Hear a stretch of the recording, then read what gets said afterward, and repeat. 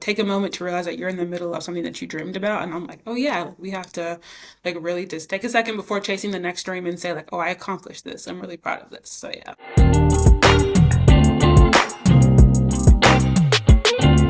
Hi, everyone. Welcome back to another episode of Let's Have Breakfast. Today, I have the amazing Mercedes Bell here. So excited to learn more about her and just chat. Like many of my guests this season, I have been mutuals with them on social media for a very long time. But this is the first time we are actually sitting down and talking. So it is really good to be here with you today, and I'm excited to get to know you more.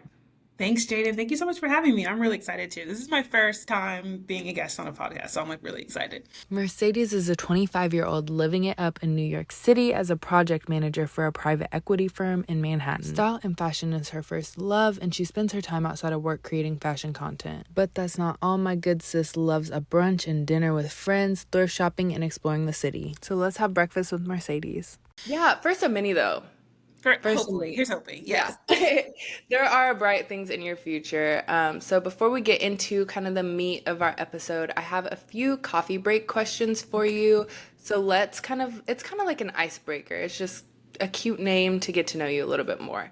So without further ado, what like name, excuse me, let me restart that. Describe your aesthetic in 3 words. Okay, so this is a hard question for me because I feel like my style is like really diverse. Like it's always changing. Sometimes I'm like more 90s, sometimes more modern. But my 25th birthday is actually coming up in like a little under 2 weeks, I think. And Okay. so I think that I'm ready to move into like what I'm calling like my Lori Harvey year. So hopefully, like over the next few months, my aesthetic's gonna really develop into this like classy, sexy, like grown woman style. I'm also in kind of that era where I'm transitioning from like I don't know the best way to describe it. Like kind of like collegey, like don't really Yeah. know. Like you just Like like throw on a youthful, like t-shirt. nothing wrong with it, but you're starting to like feel like a little bit of a more mature vibe. I feel like all of us kind of like starting to be in our mid 20s are going through this transition of like becoming women. And so it's like making those small changes to be more elegant but still be sexy. Yeah, absolutely. Like I'm not going Yeah. into like my mom era yet, but just a little more classy. Yeah, period. What would you say is your favorite breakfast spot or dinner or wherever you like to dine at in New York City? And what do you get there? So I have had so much brunch in New York City, but I can still unequivocally say that this place called Reunion in Williamsburg is my favorite brunch spot. The food is like Israeli food, and so my favorite dish there is called lahmacun, if I'm pronouncing it correctly. And basically, it's like a piece of flatbread with like a creamy like tahini sauce, and then like ground lamb that's like really savory and Mm. seasoned. And then I get like an over easy, and not over easy, sunny side up egg on top, and then I do like hot sauce and cilantro. It's just like. It's so good. And I get it literally every single time that I go there. And because there's so many like spots in the city to try, I rarely go back to the same spot multiple times, but I've been there three Hmm. times. So that's a lot. Yeah, that sounds so good. I'm slowly like collecting. It's like Thanos from Marvel, where I'm like collecting everyone's recommendations for like where to go for brunch when I'm in their city. So Yes. I will definitely have to check that out because that sounds exactly like the kind of food I love. Yeah. I tell everyone about it. And it's like a small spot. They don't take reservations, but I've never had like a problem getting like seated when I go. So Okay. That is really a thing like in bigger cities, you have to have a reservation places. yeah, it's really a thing. And they really enforce the whole like, we will not seat you until everyone in your party is here. Like I worked in Mm. restaurants in school and like we had that policy, but like, it wasn't as strict, but like no, they Yeah. will they will take a credit card for your reservation. If you're more than like 10 minutes late, they will cancel it. If you don't have your whole party there, they won't seat you. Like they're very strict about it. Wow. Okay, these are notes. Notes going Yeah. into my Yeah. notebook. And they also Okay, don't split checks, which is like also really surprising. Like they I do. know that's I when I was in Chicago, that was a big thing because I went for a bachelorette trip, and Yeah. so like I was planning to use my credit card and I did not get to use it. I Yeah. was spending all cash money because you can't split. Yeah. So in the city, like don't go out to people like who don't pass the vibe. Like don't go out to dinner with people who don't pass the vibe check. Hmm. Who are like gonna order like a $200 steak. Don't, because you're not. No, because they split it evenly. Yeah. Hmm. I'm sure you have some horror stories. So what kind of Sunday girl are you? I will give you an example of like Sunday girl. Me personally, I like to wake up, kind of late, ease into my day and just like vibe, maybe work out or really just chill. So what kind of Sunday girl are you?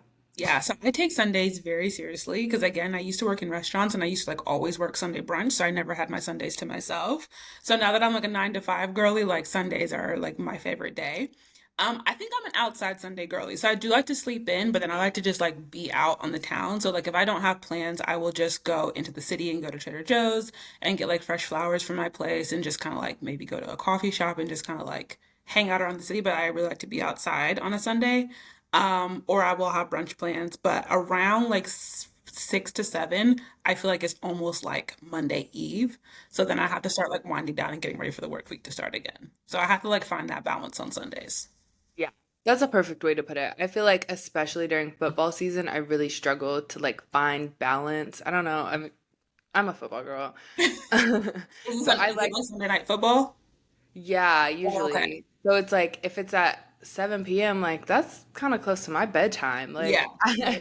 Seriously. so it's hard to find balance, but that's a great way to look at it when you're a 9 to 5 girly is like Sundays are for yourself. Like do what you want to do, Yeah. but like once you get to that point where it's almost Monday, like let's Yeah. go to bed, girl. And honestly, I've been having to like try to like get myself to live in the present more because sometimes as soon as I open my eyes on Sunday, I'm like the weekend's over. But I'm like, no, you Yeah. have like at least 12 hours. Like enjoy this day. Don't project yourself into like Monday morning already. Like wait till you actually get there. So I'm trying to like live more in my Sunday so I can enjoy my weekend more and not be stressing about like the work week starting again. But yeah.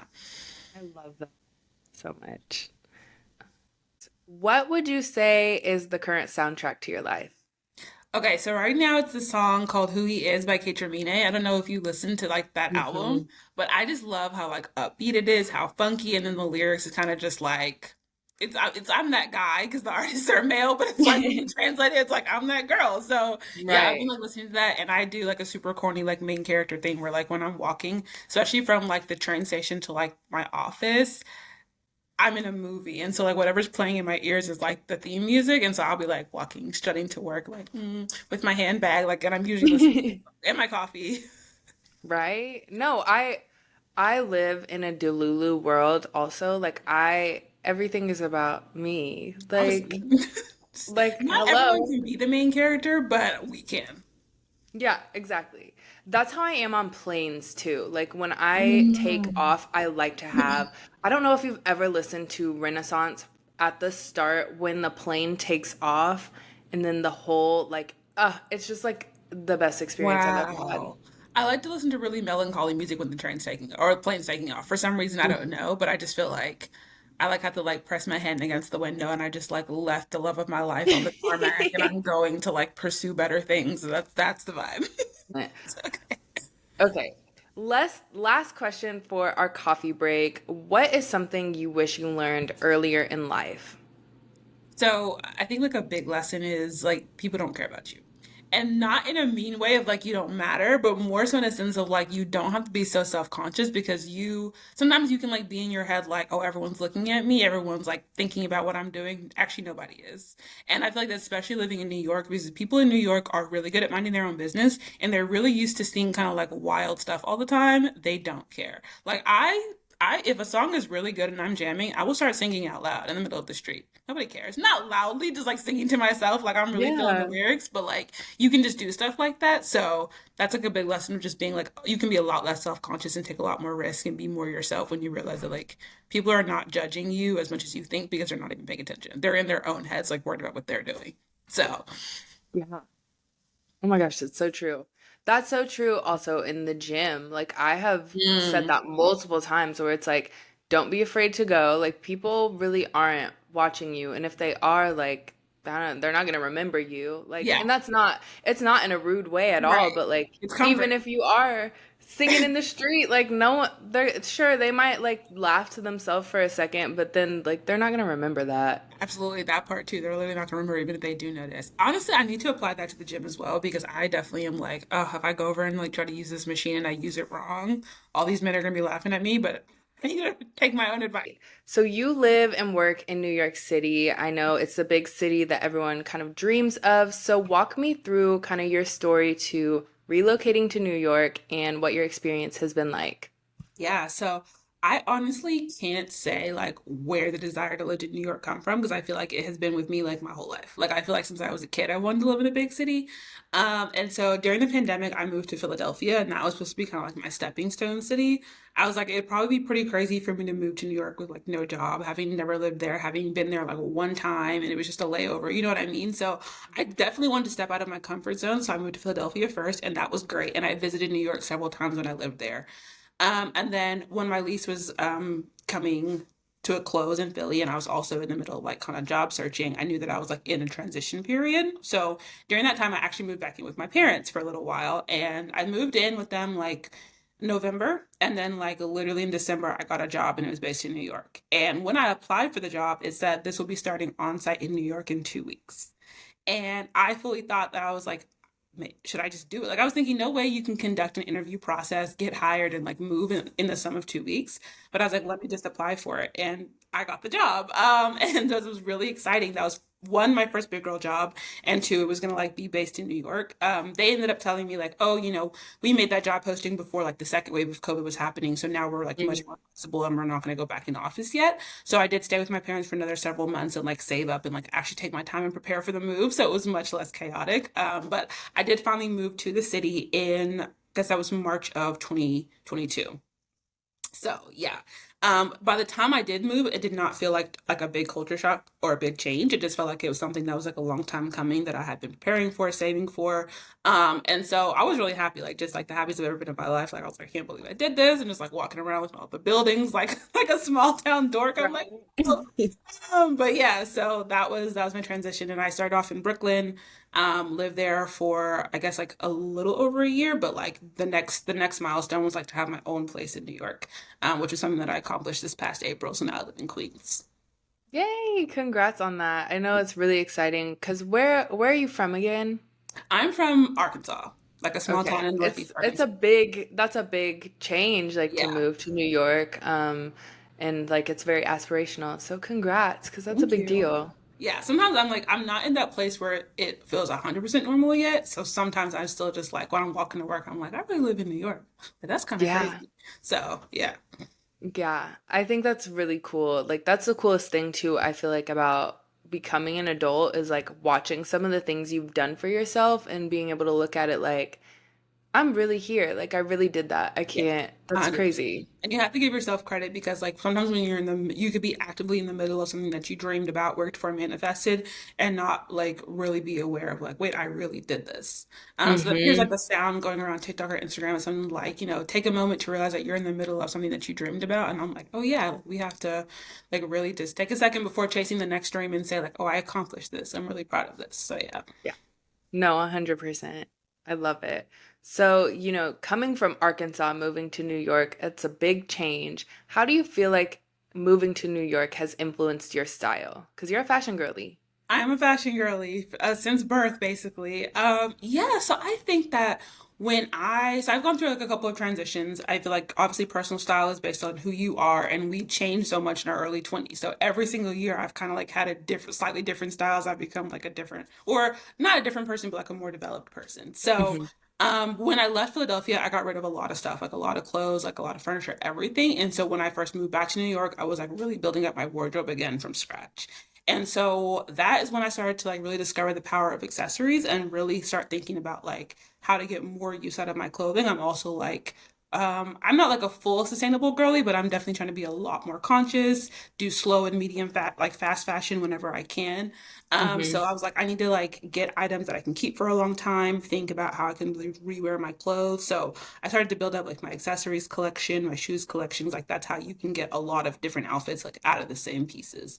I Hmm. think also I've been influenced to like take more risks. So I started to challenge myself of like when I put together an outfit in my head, I would say that, okay, that was your first instinct of like how you would wear this piece. Now, like, push yourself further. Now, think of a different way that you could do this. So I think those are two ways, and just to like be really comfortable in my style. There are so many different styles. And so if you're not like kind of grounded in like what you want to wear, you could easily see someone else wearing something and be like, oh, should I dress like that? Should I dress like that? So you have to be more grounded because you're going to see a lot of people wearing a lot of different things. It doesn't mean it's for you. So like Mhm. really think about what is your personal style. And then yeah, just I think take risks, accessorize, look for unique pieces, and just stay true to yourself. Yeah, that's so real. I feel like especially having that access to social media, seeing like what people are wearing on a daily basis has really like changed the way people think about their personal style. And Yeah. I think that's been a personal challenge of mine too, where it's like, oh wait, I like that outfit or I like Yeah. this outfit. And it's like, okay, wait, do you like it or do you like it on this person? On Like, that would you person. wear that? Exactly. Yeah. Exactly. It's almost kind of like that. You know how like they'll joke of be like, does the body come with the outfit? If you see like a Fashion Nova outfit or something, like, oh, does the body come with it? Sometimes Yeah. you literally have to ask yourself that. It's like, does that look cute on that person? Like, yeah, but does hmm that mean it's going to translate to me the same? Probably not. Yeah, that's 100%. So you also work in finance. Hmm. How do you find balance between being, a fashion content creator and also working in the financial industry? Yeah, so I mean, I actually think it's pretty easy to balance because the two aspects speak to like two different sides of me. So like I like the aspect of creativity where things flow and you create something from nothing and like all of that is so fascinating to me. But I'm also someone who really likes things to be like concrete and definite, which numbers are. And I'm like very process oriented and I study data analysis. So like that whole side of me is fed by like my finance job. And girl, that pays the bills. Being a fashion girly is a hobby. So Mhm. yeah. That's real. That is so real. And it's interesting too, to work in a different field than what you are kind of like interested in creatively. Yeah. And I think it's kind of nice to have that separation. So it's like, okay, when you're done with work, you don't have to go and do something similar. You're just like Yeah. done. Agreed. And That's real. sometimes like art artists or creatives can find themselves like burnt out by trying to like make a living out of their passion. hmm Sometimes it can almost like you can start to feel resentful if you're like not getting to the level that you want to get to. And so in that way it can also be good to just like have something separate where you can pour yourself into your hobby and just feel love for it because you're not relying on it to keep your lights on. Yeah, absolutely. Mm. It's like finding that balance. Balance is what we're talking about. Balance is like it's really hard. It's really tough to find balance. That's like the key to like adult life, I feel like, because you will Oh feel my gosh. overwhelmed if you can't like get a good balance, get a good routine. Uh-huh. It's a revolving door. Like when it comes to even just like housework, like dishes. Yeah. We'll get to it eventually. But it's like you just want to do fun things because it's the weekend and you just spent all week. I know New York's a little different though, because you guys like it doesn't kind of matter day of the week. Like people are kind of out Oh yeah, every. people are outside all the time, definitely. Yeah. Honestly, I need to do more after work stuff. I feel like I was much better about it during the winter. Like I feel like during the winter I always had a plan to be outside, which is like sometimes you need that serotonin boost when it's like so cold and dark all the time. But yeah, so there's like always some kind of like happy hour. Like I just went to a place for brunch and I was looking at their menu and they also had like half price wine bottles on Mondays. And I was like, okay, well, I definitely need to do that. It Right. was like a truly, I work in Midtown. There's like a million bars and stuff to do. There's like always a gallery opening. Sometimes there's like random pop-up concerts you don't expect. Yeah, the possibilities are endless. That sounds so nice. How do you balance like going out after work, like doing something like that after work, and then having to wake up early the next morning and like doing it all over again? Yeah. I don't do that often, I will say. I think for me, like I would do it if I was gonna go out on a weeknight, it would be a Thursday. Because I work from home on Friday. So then at least like I Mm. know one time I went out on a Thursday and like didn't get home until 3. Actually, multiple times I've done that. Didn't get home until like 3 a.m. And then I was like, taking my morning calls from bed with my camera off and my mic off and like everything hmm off. So that I don't know if we're calling that balance, but that's how I make it work. No, I love that. I wish like the Midwest. So first of all, I don't plan on being in Kansas City forever. This is a stepping stone because I'm from Wichita. Like it's been monumental to growth and like Mhm. understanding who I am. But it's when you like start to outgrow something and it's like you can just like it pains you to be Cabin fever. somewhere. Cabin fever. Oh my gosh, I hate being here so much. Every Yeah. time I go somewhere else, I'm like, oh, thank God. I had Like, that real bad in Fayetteville. That's why I like absolutely had to get out. I was like, yeah. 'cause I went to Fayetteville from like an even smaller town, and I thought that like that change would be enough for me. 'Cause like I said, I always knew that I wanted to live in a big city. So when I went Hmm. to my college town, I thought like, oh yeah, this town is like 5 times the size of my hometown. Like this will be great. It was not enough. It was not enough. And like within like I would say 2 years, it started to really like that feeling that you were describing. That's how I felt of just like I was like itching out of my skin to get somewhere else. Yeah. Do you feel like it was the people, the city? Like what I was feel like it? I feel like in a way it was the people, not that like there was anything bad. Like I actually made some really good friends while I lived there and like had like a lot of good like customers like when I worked in restaurants there, but it definitely felt like one there wasn't enough to do. Like there was like Dixon Street, which if you weren't 21, like okay. Hmm. That's a wrap. And then there was like sure like the university would put on events, but it felt so quiet. And it is like Fayetteville's like a small town that with a college campus on it. Like the Yeah. hustle and bustle that it has is simply from just having the University of Arkansas there. But Hmm. outside the radius of the campus, it's like gives small town vibes. And so I was just like, I just need so much more activity, so much more busyness, so much more diversity. Yeah. Yeah. So you have really been growing your social platform. I see you doing your thing on Instagram, TikTok, all the content platforms. What is that like, creating that content outside of work, and how do you kind of balance a schedule, and what do you know, like, how do you know what to post? Yeah.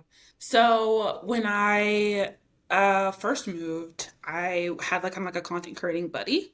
And she and I would like link up and like go shoot in the city. So I think that's a great way to like start to get more comfortable. Because again, like yes, it can be nerve-wracking to like be shooting in public, but also like of all places, this is a great place to be because a lot of people are already doing it anyway. And then also like people don't care. And people will like even like, hype you up like while you're shooting outside. So that was really fun. And then I started to learn like how to take my own pictures. And so I found like a couple of key spots where I felt like I could get the background I was looking for, but also like get some privacy. My process really mostly starts with like an outfit in mind, either an outfit or a location. And then I kind of build from there. But I will say also the nice thing about New York is like I have an occasion to be dressed up pretty frequently. And so like when I lived in Fayetteville, 'cause I started really doing content creation there. It was more so I had to kind of like force it. And I actually didn't really like enjoy doing that. It kind of felt like I'm not saying that anyone who like does a content day is being fake, but for me it felt like super manufactured and the content quality wasn't the same. And so I actually like took a really long break while I was in that transition period because I was like burnt out on like having to force myself to like put on an outfit, go somewhere, find a backdrop. And I feel like deep down I always wanted like that cityscape and you absolutely cannot get that in Fayetteville. You can get a mountainscape at best. Um, so then I feel like when I moved here and started just like being more active, being more comfortable in my style and just like going out more, that is when the content started to really flow because it was super organic. It was just like, oh, I actually went to this museum and actually had on this cute outfit for this event, and then like my friend offered to take a picture of me. So I think that's been more so it of just going out, just like experiencing life, just like putting on that cute outfit, like not saving it, you know what I mean? Just putting it on, wearing it out, and then getting a picture. I do still like to shoot by myself because it is like a creative process. It's like, oh, I have this vision and I want to bring it to fruition. Hmm. And so when I do that, it's more of like a creative direction thing and not just like, oh, I have to post, so I'm gonna like put on this outfit. Like they're like, you gotta get on Yeah. your Zoom. I'm like waking up at 8 a.m. I have to put on an outfit, I have to post. Right. Recently, though, I've been like kind of like restarting my TikTok. I actually like made a whole new account and I'm building that up from scratch. And so that content is like that is a little more like process driven because it's really important to like show up and like be really consistent on TikTok. And so for that, I have been shooting like I challenged myself to post 30 times in September for like the 30 days. And so that has been a little more like I'll film pretty much any chance I get. So I work from home Mondays and Fridays. So like if I have a chance like between meetings, I'll do like a light beat and like shoot something, and it's short form content so it doesn't take as much effort, so that's really helpful to be able to like be consistent on there. But yeah, Yeah. that's kind of my process. Absolutely. Is there ever times where you don't want to shoot? So it's like you have a cute outfit on, like you are at like this, let's say a rooftop bar, but you're like, I just don't want to take the picture, or I don't want to shoot the content. What motivates you to do it? One, first of all, what motivates you to actually work up the courage to do it, or what tells you it's okay to not do it?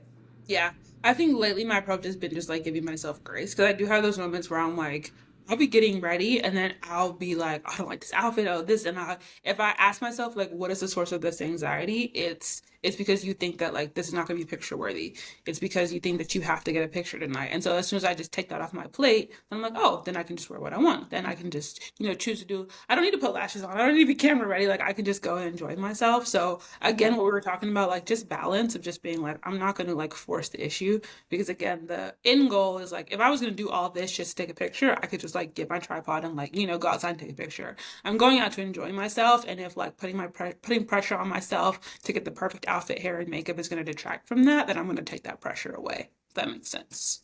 That's a great way to look at it. There's so many times where I'm like, oh, I just have to like shoot this script, get ready with me really quick before I Yeah, leave. And then it's like, okay, now I'm in a bad mood because I rushed I and I hate rushed to get it. ready. Yes. Oh, I hate rushing so much. It like makes me feel worse. And then I like walk out, leave, and I'm like, oh, I don't even like the way I look right now. Like this Yeah. sucks. Yeah. I have like pretty bad anxiety, and so I have to like do a lot of like kind of like mental gymnastics with myself. And so like, that's one Hmm. of the things I have to think to myself, like, why are you irritated? Why are you agitated right now? Like, why are your hands shaking? Why are you upset? And then when you realize it's something like, oh, just because I hate this outfit and I feel like it's not gonna take a good picture, change the outfit. Or don't go out, like just but you just be like real with yourself, be true to yourself, like take that pressure off your plate. I'm like you, rushing makes me so upset. I'm like flustered. I like get to the venue and I'm like, I made everybody wait, and then to my point earlier, no one cares whole time. Like you're all upset and everyone's like, oh hey girl, hey. And I'm like, oh, everyone's in a good mood except for me now. So yeah, I would say just take that pressure away. Try again, because if you honestly, if you're like rushing and you don't feel confident, the picture's probably not gonna turn out anyway. And that's the one. It's not. It will never look, even if you look great, your friends are like, you look amazing. Like Yeah. your attitude is still so sour Yeah. that like nothing, it Something's doesn't matter. off. Nothing's changing Something's not it. right here. Yeah. No. Yeah. I've been there. Ugh, I get it. So I'm going to move into fashion trends.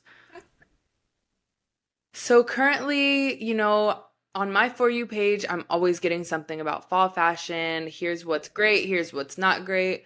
Are there any fashion trends that you are like 100% on board with? You think this is like the best thing this season? And on the flip side, are there any trends that you despise? So I think the girlies are saying that red is gonna be the color of the season. I'm 100% with that. I actually have a red leather jacket in one of my carts or on my online carts right now. Oh, period. Just waiting for the direct deposit to check out.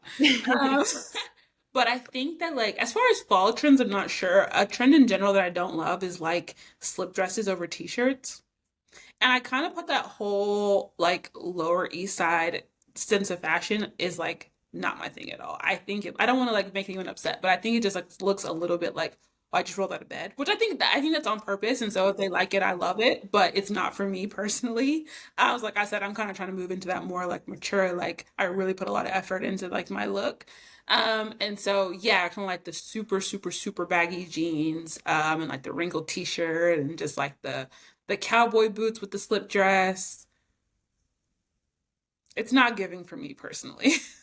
No, that's so real. I'm also kind of in that like I fell into the trap of wearing athleisure all the time. Like Mm, it's just like when I leave the house, oh, okay, I'm gonna throw on this cute set because it's like what the girlies are wearing. But then it's like, wait, I like fashion. I yeah. kind of like to be dressed up and like look more presentable. And like here in the Midwest, like if I wear heels into Target, people are looking at me crazy because I've done it. I've done it, and It's people have like looked at it's me. experience. Right, like it just isn't a thing. Like even going out to dinner, like people really like even the nicer restaurants, you won't see even like older women dressed up that often. So it's like I took a personal challenge to like dress up more often. It doesn't really matter where I'm going. At the minimum, just wear some jeans. Yeah. Like just wear some denim, like look put together. I feel like winter changes things so much too because it's like a nice coat can throw Oh any my God. outfit together. And this is Like, why I swear by fall fashion because you get to be so much more creative than summer. Like mm-hmm. in the summer, you're trying to figure out like how can I wear as little clothing as possible because it's hot, right? Yeah. In the fall, in winter, you can like layer and layer and layer. Like you can wear a button up with a sweater over it, with a coat over it, with a hat, with Mm-hmm. like it's just so much like you can put on so much clothing at one time. It's a lot of fun. Yeah. I'm definitely starting to get more into it too. Like, I feel like it's been a slow ease process. I've always liked fashion, but I don't think I realized I liked fashion. Hmm. Like, it's like I liked celebrity culture, like pop Mhm. culture, like looking at magazines. And like I liked watching, or not watching, but reading like in Cosmo when they would like compare like who wore it better or Yeah. like those things. Like I always loved looking at those, but I don't think I realized that it was because I liked fashion and not because I liked the people. Right. Okay, yeah, that makes sense. So Yeah. you're starting your journey, you're like really Yeah. getting into it. Yeah. Yeah, I think fall Absolutely. fashion is like a really fun way to express yourself. And like you said, you could put on like an all black outfit, but then throw on like a bomb, like brightly colored coat, and like that is the look. Yeah. Have you ever taken a fashion risk that you feel like wasn't good, like it didn't end up well, or like maybe you were embarrassed after? Let me think about this. Girl, probably. I have a lot of old outfits that I'm like, what was I doing? But growth. You have to learn from your past mistakes. To be honest, I like want to feel fully confident before I step out. But I do this thing definitely where I put together an outfit in my head and then I put it on and it's like, this did not eat. What happened between my mind and like the execution? And that's when I end up like stressing myself and like changing six times like until I felt comfortable. So there's a lot of bad looks that have not made it to like daylight that no one has seen. But just know, and even like with my like content creation, like I'll start to like even film an outfit and then I'll be halfway through filming and be like, oh no, honey, this is not going out. So yeah, I think that's like probably part of the experimentation aspect. hmm But I can like always feel when something's off, you know? Yeah. No, I get that. Honestly, a difference between like genuinely looking bad, but like also just like not feeling the most confident. Sometimes you can put on an hmm outfit, look at it, and you're like, this is a perfectly fine outfit, but for whatever reason, like I just don't feel like my best. And so, that's when you're like, okay, maybe I need to change because you want to be able to feel it. Yeah, 100%. So you have also started a new account called Brunch in the City because, Yes. like you said earlier, you have been to all the brunch spots. You A love lot of brand. brunch. Yeah. Tell us more about the story behind creating this account and where you want to take it in the future. You see, honestly, Jadyn, my problem is that I want to start an Instagram account for every interest that I have. That's Straight so to my real. problem. But I was like, this, I know that it's like, I wanted to do something, one, that I was not going to treat like a job because I have also a problem where I like take things really seriously. And so I was like, hmm I'm not going to do this for it to like blow up. Like, I'm realistically probably not going to want to be like a food blogger. But this is just something that I'm passionate about. And I'm like, I'm just going to post pictures. Like, I'm literally just going to post pictures of my brunch, tell people where I think they should go. There's like a million voices on this already, but like, that doesn't mean that, people don't want to hear mine also. And it's like, I already brunch. I already take pictures, like whether I'm gonna post them or not. So like I might as well just post it. You know what I mean? Like it's gonna be one of those things where it wasn't gonna really cost me that much extra time because like I'm already doing this and I'm just so passionate about it. So I started like a brunch like repository. So it's like a little Notion page and it has like a gallery and it has like all these brunch spots. And it has like my rating and like some tags and some keywords, like a brunch dictionary. So if one person tells me like, oh yeah, like I chose a brunch spot like from your recommendation, then I would feel completely happy and like that would be like the end goal for me. I actually owe Brunch in the City some posts because I did go brunch last Sunday and I just like haven't edited the pictures that I took. But yeah, it's really just for fun. It's really just an outlet for me to express like just one little like interest that I have like out of a million. So yeah, and actually I think it's really important for me to just have something that I do where like, especially on social media, where like the goal is not to grow, the goal is not to like go viral, the goal is just to share something that I enjoy. Yeah. I personally love like very specific Instagram accounts. Like I love when people like deviled eggs. Like if they just had an Yeah. account dedicated to like trying the best deviled eggs. Like I love brunch a lot, hence the name of Let's Have Breakfast. Like Yes. just love breakfast food. Brunch And is an so iconic time. Like it's it just is like, are you like a lituation type brunch girly or do you like kind of calm, just like I'm here for the food? I definitely love a bottomless mimosa, but like the DC like Atlanta style of brunch where like you go have brunch and it's actually like a club. Hmm. I actually despise that. I like went I with my friend in Atlanta and she knows that I love brunch. And she's like, okay, we're gonna go to brunch. And I was like, okay, I'm so excited. And we like went in this spot and I was like, respectfully, we've got to go somewhere else. And, like, they had the hookah out, they had like a DJ. Keep in mind it's 11:30. I was like, y'all are in a different type of time. I respect I have to I have to recuse myself. But for me Hmm. with brunch, the vibes, the food, and like the aesthetic are all equally as important. For me, like I'm not really like a hole in the wall type spot as much. I'm not really like a diner girl. As I've like people were like, oh, they have the best food. And it's like, no, sometimes these nice restaurants also have a really delicious food and you can get the best of both worlds. So yeah, I love a bottomless mimosa situation for sure.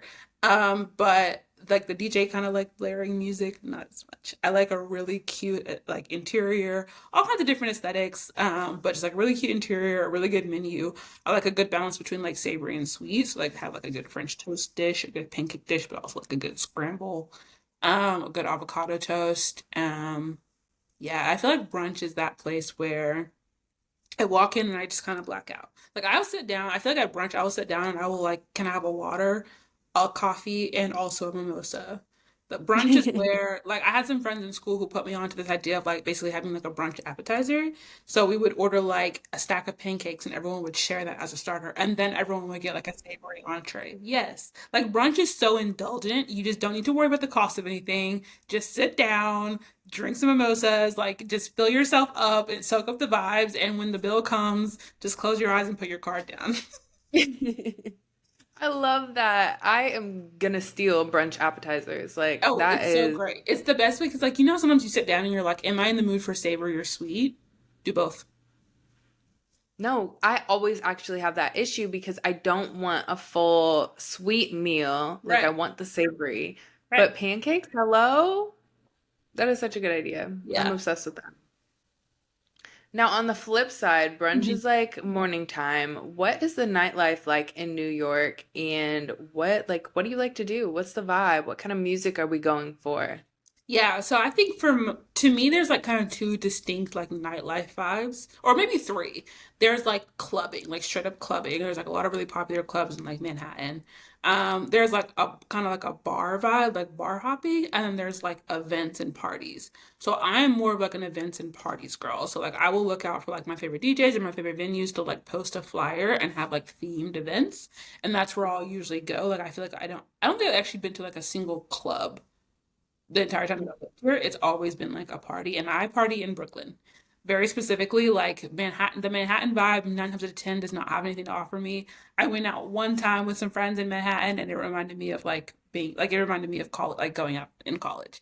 Um, and so yeah, they do like a lot of like Caribbean music, a lot of like Afro beats, some theme nights. I actually, while I was away, I saw a flyer for like an Aaliyah party. Like there was like gonna be like a lot of Aaliyah music, and you like wear one of her iconic outfits, and I was like really upset to be missing that. There have been like a ton of Renaissance parties where they're just like gonna play the Renaissance album, and there are a couple like I don't even know what you would call them, but I guess like their event collective, so they're like known like for their party. So Everyday People is one of those. So someone's like, oh, I'm going to an Everyday People party, like that's Everyday People is like the host who put on the event. And there's like Beautiful Faces, there's like Fun with Friends, like there's just these different brands of parties and you can kind of start to recognize like the ones that you can always trust to be a good time. Everyday People, I love their events. They do several in NYC. They do them like actually over a few cities like Atlanta, LA. The LA ones always have celebrities at them. I was like telling my aunt who lives in Hmm. LA, I was like, you need to go to Everyday People. The whole Insecure cast be at Everyday People in They LA. be out. No, like celebrities do not come to Everyday People in NYC, but they're like a really good time. So yeah, for the most part, that's really what I do. If I want to do like a more chill night, probably just like dinner drinks. Sometimes you can like do like a really late night dinner. I do like a good like gallery opening or just like going to the museum. Brooklyn Museum does something called First Saturday, so that the first Saturday of every month they keep the museum open to like 11 o'clock. And they have like all these exhibits. They'll have a couple DJs like outside and on the upper floors, and then you can just you can treat it like a regular museum and go look at the art, but like late at night. But you can also go to these vendors and like get food, get drink, listen to the DJ. So I like to do that as well. It's really fun. Yeah. The I feel like from the like when you don't live here, you don't realize like how much more there is to do. It's like people like who don't live in New York or like haven't spent a lot of time here, like they'll throw out a lot of generalizations, and what they're talking about is Manhattan. They're like, "Oh, you pay $4,000 for a shoebox in New York?" Like, no, that's Manhattan. You know what I mean? Like, right. oh, it's so loud and noisy and dirty. That's Manhattan. Like, you know what I mean? So Mhm. I definitely feel like the same thing was for me. Like, I didn't realize how much Brooklyn had to offer. So, and people, I understand why, like, if you're coming from out of town, the first thing you would think is like, oh, I'm just gonna explore like the popular areas. It makes perfect sense. But yeah, I think if you get to come back, definitely like spend more time in Brooklyn. There's like a lot to see. Yeah, definitely. It's on my list of places that I would be interested in living, so I will definitely come back and check it I out. have an agenda. I want all the girlies to live in New York. Yeah, I mean it's so like that's the girly city. Like it's the capital of the girlies for real. It's the vibes. Absolutely.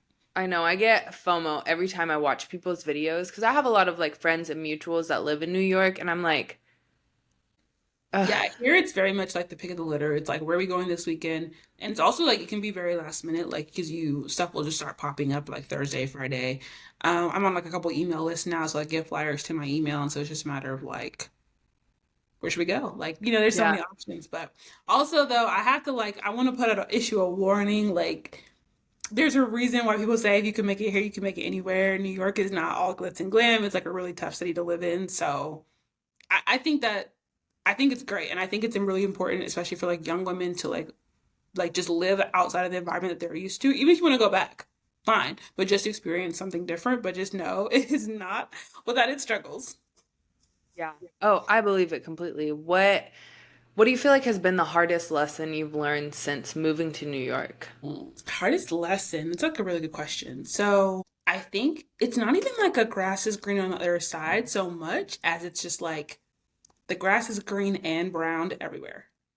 Mm, So it's like everything that you achieve, like I don't want to put like a negative spin on it. It's like, oh, it's not gonna be as good as you think it is, but it's just like just know it's gonna come with its own set of issues. And like that's not said to discourage anyone, but more so just to be more realistic. So it's just like yeah, like set your sights on what you want to achieve for sure, but just like don't over romanticize it. It's like, oh, once I get this, then everything will be great. Once I get this, once I move here, once I get this apartment, because like it's gonna come with its own new set of issues. So like set your goals, strive for them absolutely, but also like appreciate where you are now and the things that come with that. And then when you get to where you are, like don't immediately be like, oh, this is what I thought it was. Okay, on to the next goal. Like try to appreciate that as well. And I'll give like more like a tangible example, right? So like when I was first living here, I was living with roommates, and so and they honestly were cool, but like there's just something about having your own spot that you just it's great. And so it's like that had its benefits in one, my rent being like much lower. I was actually living in like a really like more modern building, like in Flatbush. And so I had like, really nice amenities, and there was like great soundproofing. Now I live by myself, but like now the building I have like does not have great soundproofing, and I feel like I can like hear every step my neighbor takes. And so it's just like it's not to downplay the accomplishment. I'm still like so proud of myself for getting my own apartment and so happy about it. But I was just like, there's trade-offs with everything, basically, is the lesson. Um, so yeah, unless you're a millionaire. Otherwise there's trade-offs with mhm. No, that's so real. And hey, I feel like it's still in the cards. Yeah, and you have to like calculate too. You know what I mean? And I also feel like it's okay to take. I also think it's okay to take seasons of like reprieve. Like I did not feel like any shame when I moved back in with my parents. I was like, I fought the good fight, and now I just need a little break before I get back out in the streets, fight for my life again. And I felt really blessed to have parents that like would be like, yeah, you can stay with me, and who like wouldn't like deteriorate my mental health by living with them. Because I know that can be an issue. Yeah. So yeah, so they're just seasons. Like yeah, life comes in seasons exactly because it cannot be all glitz and glam all the time. And I feel like it's hard when you're going through one of those seasons to feel like this is my whole life. But the truth of the matter is like we are very young, and so it's like in 5 years, probably even just like 2 years, you won't be thinking about like this exact like struggle that you were dealing with. You'll be thinking about Yeah. a new struggle now. Hopefully less Yes. struggle, But but yeah, it'll be different and you'll like but I was also thinking about like when I lived in Philadelphia. Lived in Philadelphia, I did not have a job. It was like pandemic times. I was kind of just like vibing, but I was also like kind of broke, but I also was having such a good time. Like I would just step out of my apartment and just like walk around like center city and go to parks and go to bakeries. And so it was like, yeah, I had that stress of being like, I really need to make money. But I also was like really having a good time. And that's like a completely different season right now. And I was like just walking around my lunch break and I was like the fall weather for whatever reason just reminded me of that time when I lived in Philly and it was like now I like have somewhere that I have to be like having no pressure like no constraints on my time was so fun, right? Like I was just literally in the middle of like going to Starbucks and just chilling. Now I do have constraints on my time but I also have like a regular paycheck, so again what I say just like trade-offs and just appreciating like those aspects that you have like while you have them because things will change. yeah. When I don't think people realize how quickly things can change either. Like Right. things happen so fast. Like if you That's even not think back true. to the past 6 months, like you're probably in a completely different place than you were 6 months ago. So it's like things change Definitely. really fast. Yeah. Yeah. And also, I try to like put a positive spin on it in the fact of like it can almost be exciting. It's like I know change is gonna come. Like some kind of new adventure is coming my way. Don't know what it is, don't know when. That's the exciting part of it. So yeah. It's like surprise. Yeah, it's like, oh wow, because it's true. Like you look back and you're like, wait, I'm in a completely different place in life than I was. And again, in your early 20s, things change at like a crazy rate. So it's like I'm turning 25 like next week. And so like if I look back 3 years ago, yeah, I'm in a completely different place. So if I take that same logic and apply it looking forward, oh, at 28, I'll be in a completely different place. So it's just like it is kind of exciting because you're like, oh, what's life gonna bring? Right. No, I love that so much. And just to kind of wrap up here, we know you are a busy girl. You are doing all the things from finance to fashion, trying to stay balanced as best as you can amidst it all. How do you take time for yourself to relax, and what do you define as your self-care?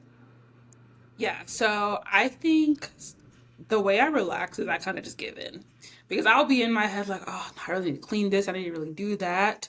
But sometimes I'm just like, you know what? It's okay.